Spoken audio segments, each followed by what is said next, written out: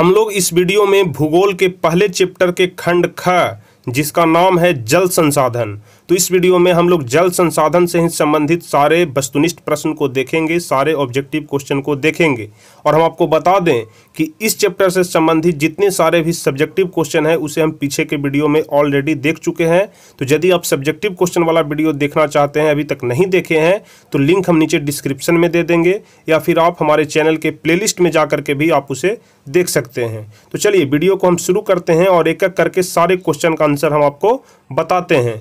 तो चलिए जल्दी से आप सभी लोग वीडियो को लाइक कर दीजिए, चैनल पर नए हैं तो चैनल को सब्सक्राइब कर लीजिए और साथ में बेल आइकन दबा लीजिए ताकि आगे के भी सभी वीडियो का नोटिफिकेशन आपको समय पर मिलता रहे।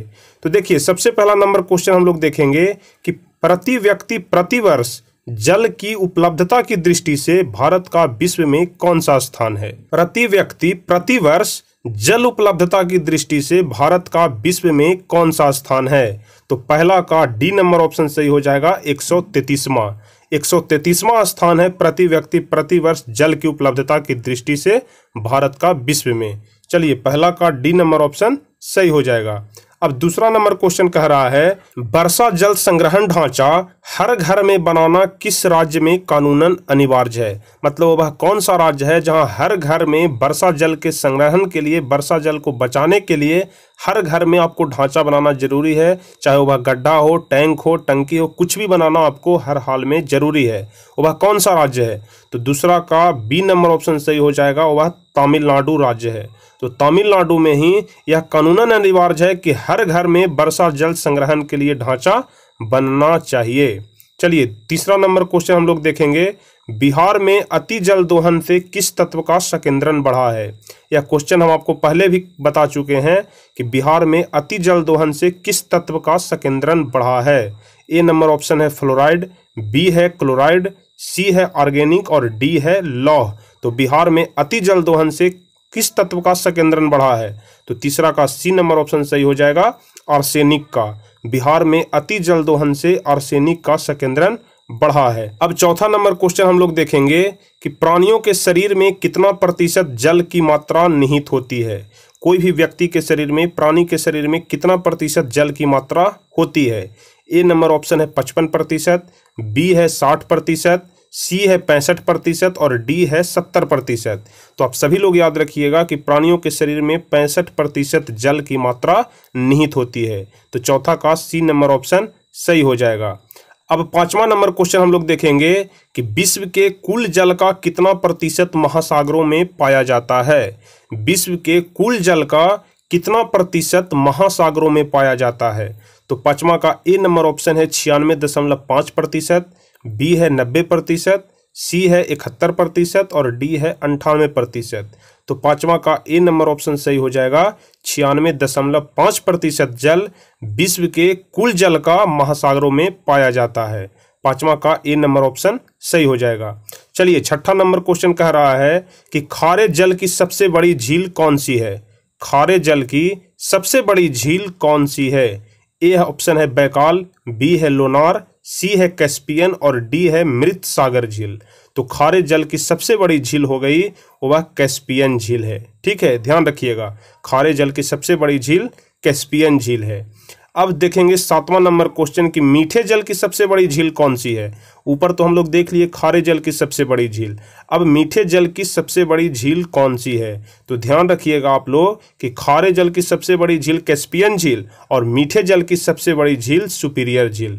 कैस्पियन और सुपीरियर दोनों को याद रखिएगा। तो सातवां का डी नंबर ऑप्शन सही हो जाएगा। अब देखिए आठवां नंबर क्वेश्चन कह रहा है कि सबसे गहरी खारे की झील कौन सी है। सबसे बड़ी तो हम लोग देख लिए, अब सबसे गहरी खारे की झील कौन सी है। सबसे गहरा झील जो कि जिसका जल खारा है। तो ऑप्शन ए है मृत सागर, बी है बैकाल, सी है चिल्का झील या फिर डी है ह्यूरन झील। तो आठवां का ए नंबर ऑप्शन सही हो जाएगा मृत सागर झील। मृत सागर झील सबसे गहरे खारे जल की झील है। अब चलिए नौवां नंबर क्वेश्चन देखेंगे। तो नौवां नंबर क्वेश्चन कह रहा है कि कुल उपलब्ध जल में पीने लायक जल कितना है। इस धरती पर जितना भी जल उपलब्ध है उसमें पीने लायक जल कितना प्रतिशत है। 70% की 2.5% की 29% की 96%। तो नौवां का बी नंबर ऑप्शन सही हो जाएगा कुल जल का 2.5% जल ही सिर्फ पीने लायक है। तो 9वां का बी नंबर ऑप्शन सही हो जाएगा। अब अगला नंबर क्वेश्चन देखेंगे हम लोग, क्वेश्चन नंबर 10 कि मीठे जल की सबसे ऊंची झील का क्या नाम है।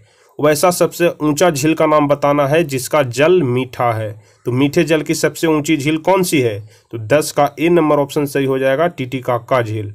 ठीक है, टीटीकाका झील मीठे जल की सबसे ऊंची झील है। अब 11 नंबर क्वेश्चन हम लोग देखेंगे, इनमें राजस्थान की सबसे महत्वपूर्ण परियोजना कौन सी है? इनमें राजस्थान की सबसे महत्वपूर्ण परियोजना कौन सी है? ऑप्शन ए है चंबल परियोजना, बी है नागा अर्जुन सागर परियोजना, सी है इंदिरा गांधी नगर परियोजना और डी है भाखड़ा नांगल परियोजना। तो 11 का सी नंबर ऑप्शन सही हो जाएगा, इंदिरा गांधी नगर परियोजना राजस्थान की सबसे महत्वपूर्ण परियोजना है। तो 11 का सी नंबर ऑप्शन सही हो जाएगा।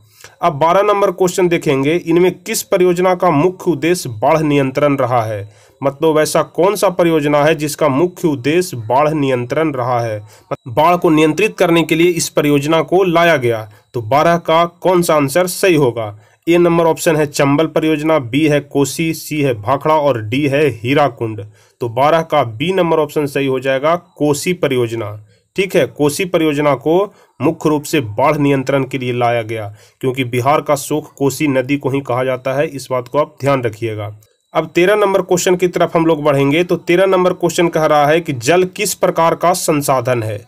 जल किस प्रकार का संसाधन है? तो आप सभी लोग ध्यान रखिएगा कि जल एक चक्रीय संसाधन है। जल वर्षा के जल के द्वारा धरती पर आता है, उसके बाद फिर से बाष्प बनकर वह ऊपर चला जाता है, उसके बाद फिर से वर्षा जल के द्वारा नीचे पृथ्वी पर आता है। इस प्रकार से एक चक्र चलता रहता है, इसलिए जल एक चक्रीय संसाधन है। अब 14 नंबर क्वेश्चन की तरफ हम लोग बढ़ेंगे। भारत में प्रयुक्त कुल जल का सबसे अधिक समानुपात किस क्षेत्र में है? भारत में प्रयुक्त कुल जल का सबसे अधिक समानुपात किस क्षेत्र में है? ए नंबर ऑप्शन है उद्योग क्षेत्र में, बी है सिंचाई में, सी है घरेलू उपयोग में और डी है इनमें कोई नहीं। तो 14 का बी नंबर ऑप्शन सही हो जाएगा कि भारत में प्रयुक्त कुल जल का सबसे अधिक समानुपात सिंचाई क्षेत्र में है। मतलब जल का उपयोग सबसे अधिक अगर कहीं किया जाता है तो वह सिंचाई में किया जाता है, फसल की सिंचाई करने के लिए। अब 15 नंबर क्वेश्चन है कि पृथ्वी का कितना प्रतिशत भाग धरातल जल से आच्छादित है?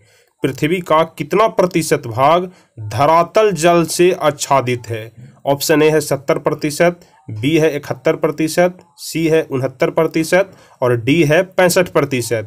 तो 15 का बी नंबर ऑप्शन सही हो जाएगा, पृथ्वी का 71% भाग धरातल जल से आच्छादित है। आप सभी लोग जानते भी होंगे कि 71% भाग पर जल है और सिर्फ 29% भाग ही स्थल है पूरे पृथ्वी पर। तो 15 का बी नंबर ऑप्शन सही हो जाएगा। अब देखेंगे हम लोग 16 नंबर क्वेश्चन कि निम्नलिखित दक्षिण भारतीय राज्यों में से किस राज्य में भूमिगत जल उपयोग इसके कुल भूमिगत जल संभाव्य से अधिक है? क्वेश्चन को ध्यान से समझिएगा। निम्नलिखित दक्षिण भारतीय राज्यों में, मतलब दक्षिण भारतीय राज्यों में वैसा कौन सा राज्य है जिसमें भूमिगत जल उपयोग इसके कुल भूमिगत जल संभाव्य से अधिक है? तो 16 का सी नंबर ऑप्शन सही हो जाएगा, तमिलनाडु। क्वेश्चन कहने का मतलब हुआ कि भूमि के अंदर उतना जल नहीं है जितना वहां पर उपयोग किया जा रहा है। तो 16 का सी नंबर ऑप्शन सही हो जाएगा, तमिलनाडु राज्य में। ठीक है, अब चलिए 17 नंबर क्वेश्चन कह रहा है कि घन किलोमीटर में दी गई निम्नलिखित संख्याओं में से कौन सी संख्या भारत में कुल वार्षिक वर्षा दर्शाती है? यहाँ पर जितने सारे भी ऑप्शन दिए हुए हैं यह सभी घन किलोमीटर में दी गई है। तो घन किलोमीटर में दी गई निम्नलिखित संख्याओं में से कौन सी संख्या भारत में कुल वार्षिक वर्षा को दर्शाती है? तो 17 का डी नंबर ऑप्शन सही हो जाएगा, 4.000। ध्यान रखिएगा, 4.000 घन किलोमीटर में दी गई संख्याओं में से भारत में कुल वार्षिक वर्षा को दर्शाती है।